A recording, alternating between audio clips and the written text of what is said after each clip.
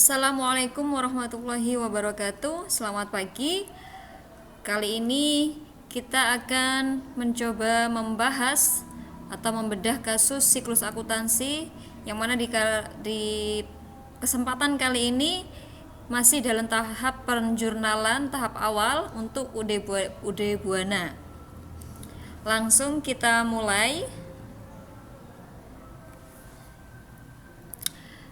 Seperti yang sudah pernah Ibu jelaskan di pertemuan-pertemuan selama masa sebelum pandemi, selama kamu masih belajar di kelas 12, bahwa untuk menyelesaikan sebuah siklus akuntansi, baik itu perusahaan jasa, perusahaan dagang maupun perusahaan manufaktur, maka yang perlu kita lakukan adalah kita harus kenal dulu dengan perusahaannya. Kita harus kenal dulu dengan perusahaannya, sehingga dengan kita mengenal perusahaannya seperti apa, maka kita akan tahu karakteristik perusahaan, maka kita juga akan tahu bagaimana nanti ketika kita akan mencatat transaksi-transaksi yang ada di sebuah perusahaan. Karena beda perusahaan, beda kebijakan, beda cara pencatatannya, maka akan berpengaruh ke laporan keuangannya.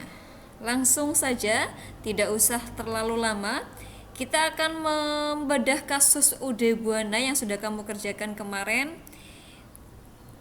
Di soal tahap jurnal, kalau kamu perhatikan betul dengan jeli, maka kamu akan melihat judul tugasnya menyelesaikan siklus akuntansi perusahaan dagang dengan metode average. Maka secara otomatis ini bisa dipastikan metode yang digunakan oleh perusahaan UD Buana yaitu metode average atau rata-rata. Yang harus kamu lakukan pada tahap kali ini adalah membuat jurnal atau mencatat transaksi ke dalam jurnal-jurnal. Tugasnya adalah ada beberapa jurnal, sales journal plus rekapitulasinya, cash receipt journal plus rekapitulasinya, purchase journal plus rekapitulasinya, cash payment journal plus rekapitulasinya, general journal plus atau petty cash plus rekapitulasinya, dan inventory card atau kartu persediaan. Nah, kita coba kenali dulu perusahaannya. UD Buana ini merupakan perusahaan dagang yang punya beberapa kebijakan umum yang perlu kita garis bawahi, bahwa perusahaan UD Buana mempunyai sistem berpasangan dengan dasar akrual basis, bukan cash basis. Silakan diingat kembali bahwa menggunakan dasar akrual basis berarti mencatat transaksi ketika transaksi itu terjadi, baik itu kas sudah diterima atau kas sudah dikeluarkan, tidak akan mempengaruhi. Yang penting terjadi transaksi, maka akan dilakukan pencatatan. Kemudian yang kedua, untuk kebijakan pembeliannya, kamu bisa baca di situ. Ada PPN masukan 10%, beban transport ditanggung oleh perusahaan. Ini juga akan harus menjadi pertimbangan kita nanti ketika melakukan pencatatan pembelian. Kemudian di pengeluaran kas, pengeluaran kas yang perlu kamu garis bawahi, sistem pencatatan kas kecil menggunakan dana tidak tetap atau sistem fluktuasi. Maka secara otomatis karena sistem fluktuasi, maka ketika terjadi transaksi kas kecil, otomatis kas kecilnya akan dicatat di jurnal petty cash. Kemudian kebijakan penjualan juga begitu, kamu perhatikan di sana ada denda keterlambatan ketika pembayaran lebih dari jatuh tempo sebesar 1%, nanti akan menjadi pendapatan denda dan lain sebagainya. Kemudian di kebijakan penerimaan kas bisa dicek di situ. Penilaian persediaan barang dagang sistemnya perpetual dengan metode average sesuai dengan soal yang awal petunjuk soal yang pertama. Disediakan kartu barang untuk mencatat persediaan keluar masuk. Ini inventory card yang perlu kamu isi di tahap awal ini. Penyusutan, ini nanti kaitannya dengan ketika kamu terjadi penjualan aktiva atau nanti ketika ada penyesuaian aktiva. Penyusutannya menggunakan metode garis lurus. Kita perhatikan nama-nama akunnya. Kemudian langsung ke neraca saldo trial balance per 30 November 2018. Jumlahnya sekian.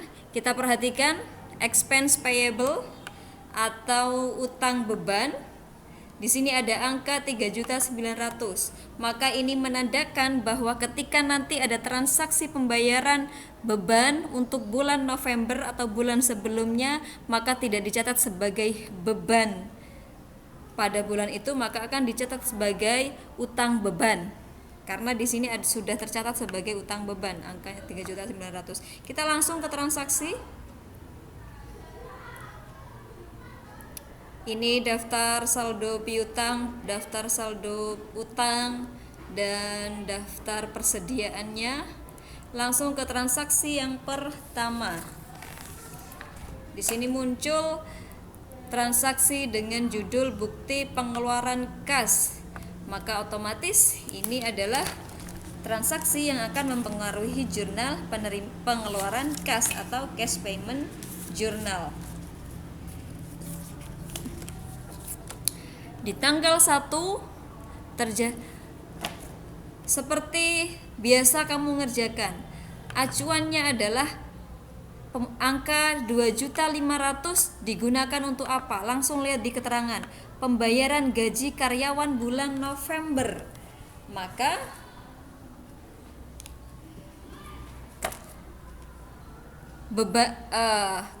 beban gaji bulan November 2.500.000 dibayarkan. Kita catat ke jurnal pengeluaran kas seperti yang sudah saya sampaikan tadi. Karena ini untuk bulan November, sementara transaksinya terjadi bulan Desember, maka ini adalah transaksi beban yang sudah diakui sebagai utang beban. Maka jurnalnya bukan beban gaji pada kas lagi, tapi utang beban pada kas. Ini yang saya garis bawahi. Expense payable ada angkanya. Expense payable-nya kosong, maka secara otomatis kalau ada transaksi pembayaran beban di bulan sebelumnya diakui sebagai beban.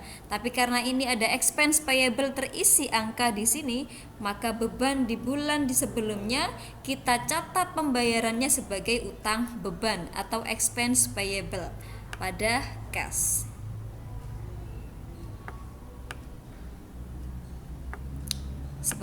Maka akan tampil jurnal semacam ini.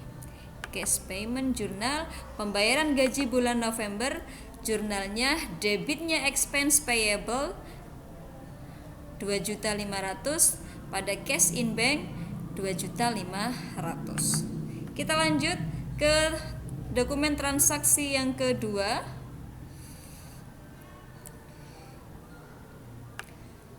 Dokumen transaksi yang kedua yaitu voucher kas kecil.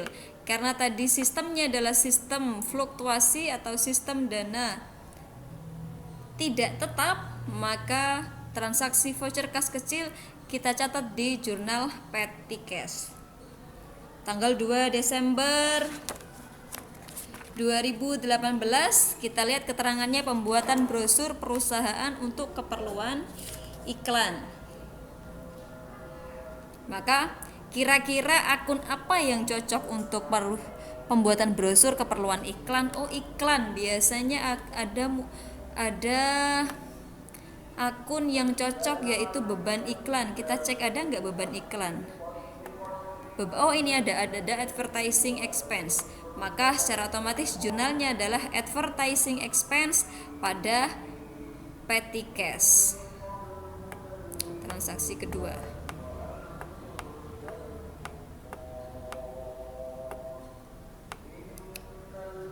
Pada petty cash kita cek ini sebesar 750.000. Jurnalnya adalah advertising expense pada petty cash. Ya, ini kita cek tanggal 2 muncul pembuatan brosur, akunnya adalah advertising expense, kreditnya adalah pada petty cash 750.000. Kita lanjut ke transaksi berikutnya. Ke transaksi ketiga, bukti penerimaan kas. Maka ini pasti masuk ke jurnal penerimaan kas atau cash receipt journal. Kita cek keterangannya adalah pelunasan faktur F11 tertanggal 25 November. Karena ini terima kas, karena ada keterangan pelunasan faktur, maka otomatis ini adalah kita terima pelunasan piutang. Bisa dipastikan jurnalnya adalah cash in bank atau kas pada account receivable 34.100. Bu, dapat diskon nggak? Karena di sini tidak ada keterangan diskon atau apa, maka acuannya kita hanya ini 3.434.100. Dapat, kita terima uang tanpa ada diskon. Jadi cash in bank on account receivable atau piutang dagang. Kita cek di cash receipt journal. Nah, ini tanggal 3 JBLX terima debitnya cash in bank 34.100, kreditnya account receivable 34.100. Kita lanjut ke transaksi keempat. Transaksi keempat yaitu voucher kas kecil masuk ke jurnal petty cash lagi dengan keterangan rekening listrik bulan November, rekening telepon bulan November. Kalau rinciannya di sini 425 sama 550, totalnya adalah 975, tapi jumlahnya di sini 900. Ternyata yang benar adalah 900 ya. Ini diabaikan saja. Kita abaikan. Yang betul angkanya acuannya adalah 900. Karena ini untuk bulan November, sekali lagi kalau untuk bulan sebelumnya karena tadi sudah diakui sebagai utang beban, maka ini bukan beban listrik telepon lagi, tapi akunnya kita menggunakan expense payable atau utang beban pada petty cash. Jurnalnya expense payable pada petty cash. Nih, tanggal 4. Expense payable pada petty cash 900.000. Kita lanjut ke transaksi kelima.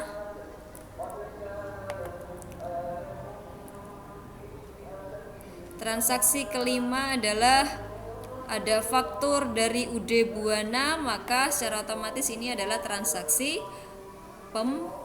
penjualan kepada Digital Alex. Penjualan kepada Digital Alex dengan total 286 juta rupiah. Maka ini masuknya ke jurnal penjualan atau sales journal.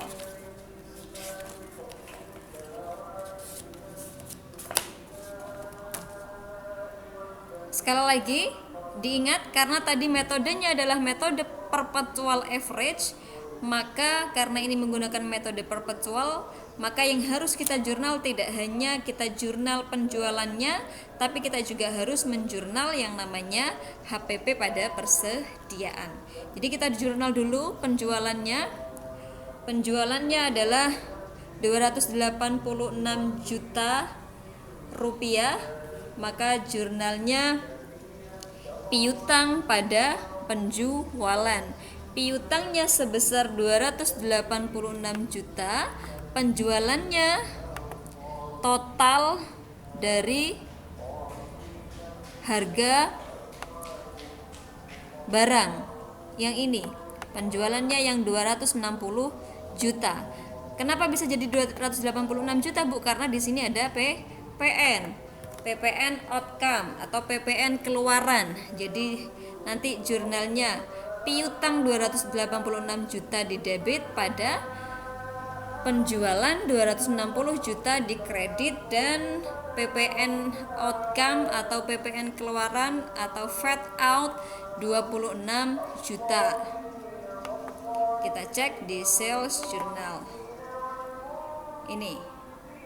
Jadi account receivable 286 juta, salesnya 260, fat outnya 26 juta. Ingat-ingat, kalau ada penjualan maka di UD Buana ini akan dicatat ke 3 akun debitnya account receivable, akun kreditnya sales, dan fat out atau PPN outcome atau PPN keluaran. Bu, terus persediaannya kemana? Persediaannya nyatetnya di mana? Karena di sini akunnya atau tabel yang disediakan di sales journal tidak ada tabel atau kolom yang bisa kita gunakan untuk mencatat persediaan, maka mau tidak mau persediaan dan HPP-nya kita catatnya di general journal. Angkanya berapa, Bu? Kembali ke metode average perpetual. Kita cek di sini. Jangan lupa ketika ada penjualan, maka kita cek kuantitas yang dijual berapa. Angka 9 ya. Yang dijual 9 untuk HP Pavilion, kita masukkan seperti biasa metode general journal, metode inventory card average.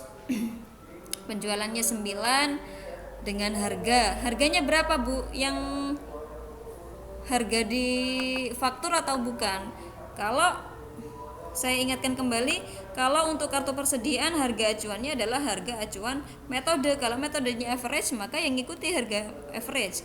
Harga average-nya sebelumnya 16 juta, maka kita gunakan harga 16 juta. Totalnya 144 juta. Jangan lupa sisanya.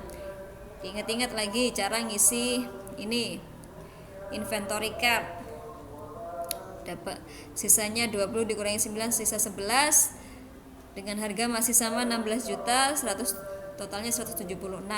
Kemudian di tanggal masih untuk tanggal 6 dijual lagi 7 unit Dell Inspiron, maka kita masuk ke inventory card-nya Dell Inspiron. Ini kita jual 7 unit dengan harga yang berlaku di sini 12.500, totalnya 87.500. Dikurangi seperti biasa, maka total yang ada di sini, total ini 87.500 ditambah 144.500. Ini akan menjadi, kita coba ya,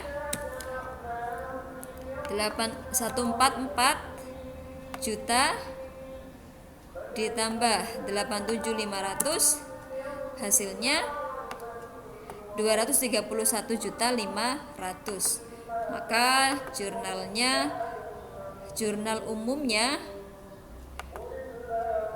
cost of goods sold atau HPP pada persediaan merchandise inventory sebesar 231.500. Nomor akunnya silakan menyesuaikan. Seperti itu ya untuk penjualan. Kemudian untuk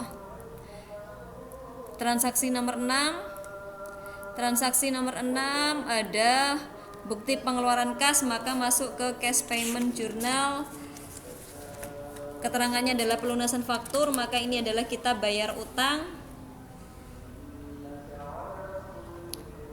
Kita bayar utang sebesar 28.600.000, maka jurnalnya account payable atau utang pada cash in bank. Kita cek cash payment journal. Nah, ini account payable pada cash in bank 28.600. Lanjut ke transaksi ke-7. Transaksi ke-7 ada faktur dari UD Buana ke untuk Digital Elex.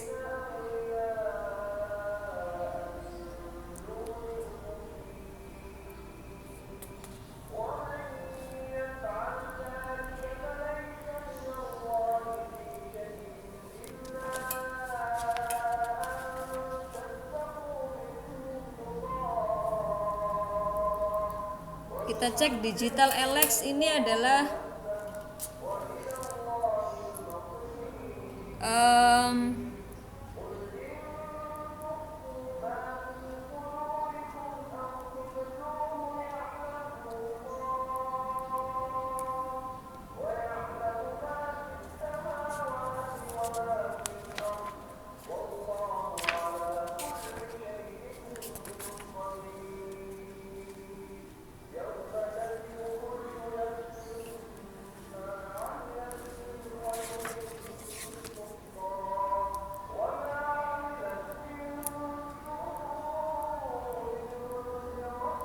Ini adalah kita cek ada faktur dari UD Buana kepada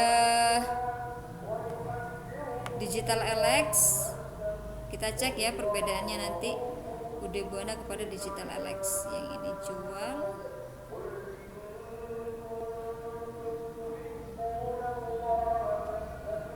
kalau yang ini adalah transaksi retur penjualan kepada Digital Alex sebesar 2 unit HP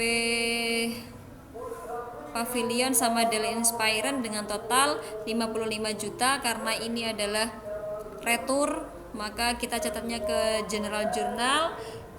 Jurnalnya adalah sales returnnya totalnya sebesar ini, sales returnnya 50 juta, dan PPN income-nya 5 juta, outputnya kreditnya account receivable 55 juta. Jadi akan muncul jurnal semacam ini. Ini sales return pada outcome, pada sales return PPN outcome pada account receivable 55 juta. Kemudian karena ini masih berhubungan dengan penjualan, sekali lagi ini metodenya perpetual, maka harus ada jurnal untuk HPP, merchandise inventory, persediaan pada HPP. Dibalik isinya dari mana, Bu? Dari kartu persediaan seperti biasa. Ini dari atur penjualan 2 unit ditambah yang bawah 1 unit. Nih, kalau di total jadinya 44.500.000. Kemudian kita lanjutkan ke transaksi ke-8, yaitu voucher kas kecil. Voucher kas kecil untuk pembelian perlengkapan toko. Maka ini bisa dipastikan jurnalnya ringan, pembeli supplies, store supplies atau perlengkapan toko pada petty cash, masuk ke jurnal petty cash. Nah, ini pembelian perlengkapan store supplies pada petty cash 1 juta. Lanjut ke transaksi 9. Transaksi 9, bukti pengeluaran kas untuk pelunasan faktur. Maka ini jelas bayar utang kepada PT Sahabat Jaya.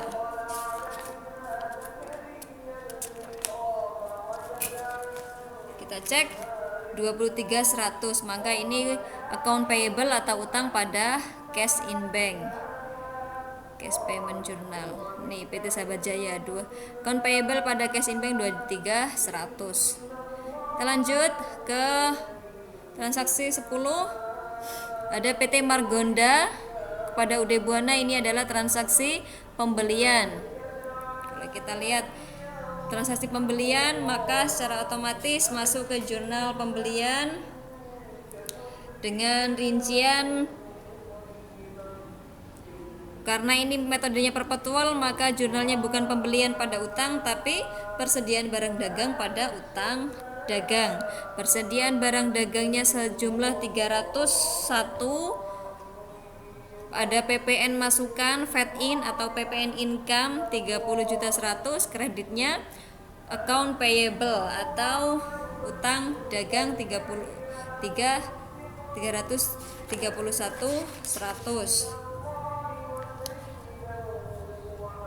Kita cek, jangan lupa ke purchase journal. Ini PT Sahabat Jaya, merchandise inventory-nya 39.900,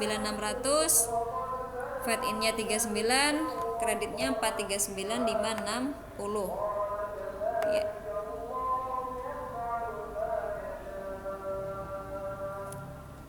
Dari PT siapa tadi? PT Margonda yang ini ya.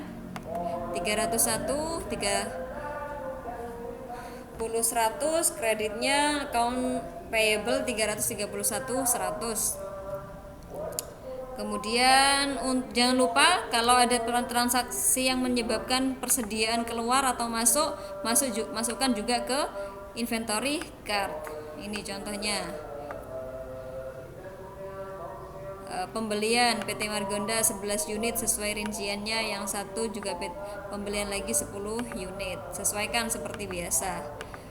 Lanjut ke transaksi ke-11. Ada nota kredit. Nota kredit dari PT Margonda untuk UD Buana. Ini adalah retur pembelian. Karena retur pembelian maka nyatatnya di General Journal. Seperti biasa, maka jurnalnya adalah account payable atau utang sejumlah ini, utangnya 40, yang berkurang utangnya adalah 45.100 dengan rincian kreditnya persediaan barang dagang 41 dengan PPN income atau VAT in atau PPN masukan 4.100.000. Jadi muncul jurnal seperti ini.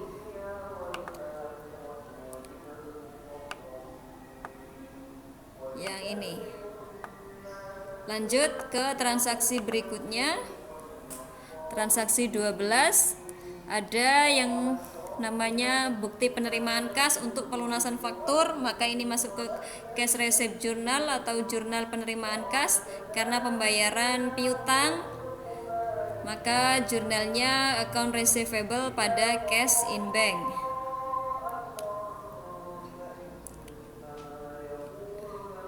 Ini 180 ya. Ya, 180.400. Yang ini. Lanjut ke transaksi berikutnya, transaksi 13. Transaksi 13 terjadi nota kontan, maka ini menunjukkan bahwa ada transaksi secara tunai, masuknya ke jurnal penerimaan kas. Penjualan tunai maka cash in bank pada sales atau sales merchandise pada penjualan dan PPN outcome atau PPN keluaran sejumlah 266.200, salesnya kasnya salesnya 242, PPN outcome-nya 24.200. Kita cek ini cash in bank. Kemudian jangan lupa karena ada penjualan maka juga ada yang namanya HPP pada persediaan. Ini hitungnya dari mana? Dari kartu persediaan. Silakan dihitung sendiri, sudah tahu. Kemudian transaksi ke-14, ada yang namanya bukti penerimaan kas karena pelunasan faktur, maka otomatis ini adalah penerimaan kas karena ada penerimaan piutang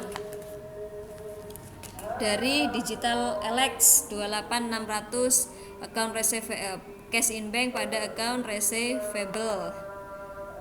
Ini 28600.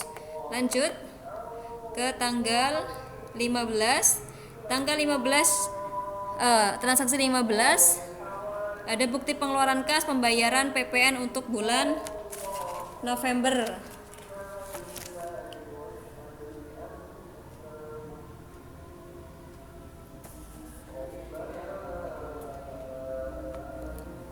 Rp1.500.000, maka masuknya ke jurnal pengeluaran kas. Kita cari kira-kira akun yang cocok untuk bayar PPN itu apa. Akun yang cocok untuk bayar PPN, kita cek yang muncul PPN bulan November adalah PPN payable atau hutang PPN. Ini ya, PPN payable, maka PPN payable pada cash in bank. Jurnalnya seperti ini. Cash payment journal ini. PPN payable pada cash in bank 1.500.000. Lanjut ke transaksi berikutnya. Transaksi 16. Ada faktur dari UD Buana kepada JB Digital Alex. Ini adalah transaksi penjualan. Seperti biasa penjualan, maka piutang atau account receivable pada sales atau penjualan, dan PPN outcome atau PPN keluaran atau fade out. Muncul jurnal seperti ini.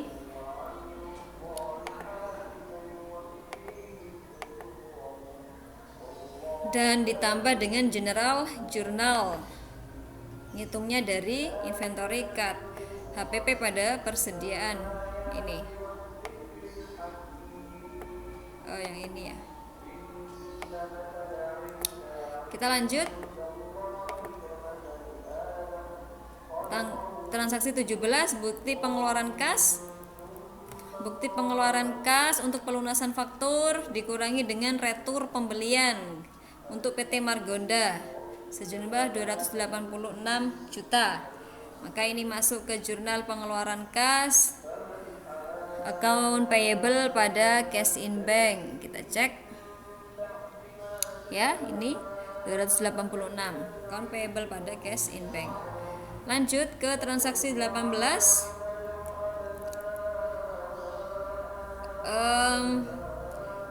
Ada bukti penerimaan kas piutang sebesar 12 juta yang telah dihapus dalam bulan Oktober 2018 atas nama pelanggan panen, ternyata dapat dibayar kembali per tanggal tersebut sebesar 60%. Berarti ini artinya sebelumnya sudah dilakukan yang namanya penghapusan piutang.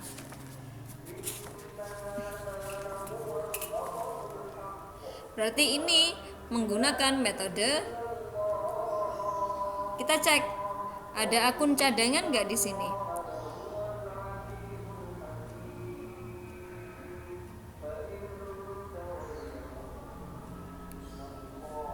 Karena di sini muncul akun allowance for doubtful debt atau cadangan kerugian piutang, maka ini menandakan perusahaan ini menggunakan metode cadangan kerugian piutang. Maka ketika menghapus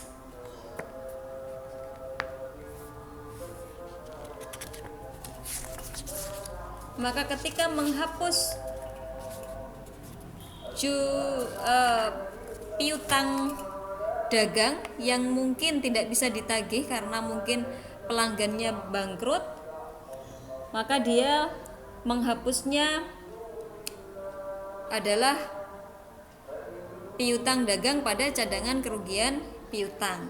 Maka ketika piutang sudah dihapus ternyata bisa dibayar, maka kita kembalikan uangnya, uang yang masuk sebesar 60% dari 12 juta. 60% dari 12 juta adalah 7.200.000. Kita catat ke cash in bank dengan kreditnya adalah cadangan kerugian piutang. Jadi nanti cadangan kerugian piutangnya akan bertambah, akan seperti ini di cash receipt journal. Nah, penerimaan piutang, cash in bank 7.200.000, kreditnya allowance for doubtful debt atau cadangan kerugian piutang 7.200.000. Kita lanjut ke transaksi 19. Ada faktur dari PT Sahabat Jaya untuk UD Buana, maka ini jurnal pembelian seperti biasa. Jurnal pembelian, jurnalnya adalah merchandise inventory, fed in, dan kreditnya account payable. Jurnal pembelian tinggal ngisi sih ya, kalau jurnal pembelian mudah. Kita lanjut ke transaksi berikutnya. Ada bukti pengeluaran kas untuk pelunasan faktur, ini bayar utang seperti biasa, maka bayar utang jurnalnya account payable pada cash in bank. Nih 17.600. Kita lanjut. Tanggal 21, transaksi 21. Pelunasan faktur sama ini seperti tadi, maka cash in bank pada account receivable di cash receipt journal ya, ini. Kemudian Transaksi 22 voucher kas kecil perbaikan atap toko, maka ini sudah ada clue masukkan sebagai beban operasi lain-lain atau other operational expense, maka sudah mudah sekali jurnalnya masukkan ke jurnal petty cash other operational expense pada petty cash 800.000. Ini. Kemudian transaksi 23 ada faktur dari UD Buana ke Maju LX. Ini adalah transaksi penjualan. Seperti biasa penjualan, maka piutang atau account receivable pada penjualan dan fat out atau PPN outcome atau PPN keluaran di sales journal munculnya seperti ini. Jangan lupa juga masukkan yang namanya jurnal untuk persediaan, general journal, di general journal dengan mengisi kartu persediaan, dihitung. Transaksi selanjutnya transaksi 24. Transaksi 24 ini ada faktur dari FA Makmur untuk UD Buana. Ini adalah transaksi pembelian, maka jurnalnya merchandise inventory dan fed in pada account payable. Ini ya. 33 berapa ini? 333 juta. Ini. Kemudian lanjut ke transaksi berikutnya, transaksi 25. Transaksi 25 bukti pengeluaran kas pembayaran angsuran bank loan. Udah jelas bank, berarti di sini ada akun Bank Mandiri Loan, kamu silakan dicek nomor akunnya berapa, sebesar bayarnya 19 juta. Maka bank loan debitnya bank loan 16 juta, kemudian beban bunga atau interest expense 3 juta, kreditnya cash in bank 19 juta. Kita cek di cash payment journal. Nih, bank loan 16 juta, interest expense 3 juta, cash in bank 19 juta. Berikutnya, ternyata sudah selesai. Transaksinya ada 25 transaksi. Saya rasa itu ternyata transaksinya mudah, mulai transaksi 1 sampai transaksi 25 tidak ada transaksi yang rumit. Jadi, saya yakin anak-anak bisa mengerjakan soal nanti UKK yang tidak jauh dari UD Buana ini dengan baik, karena soalnya tidak akan jauh berbeda.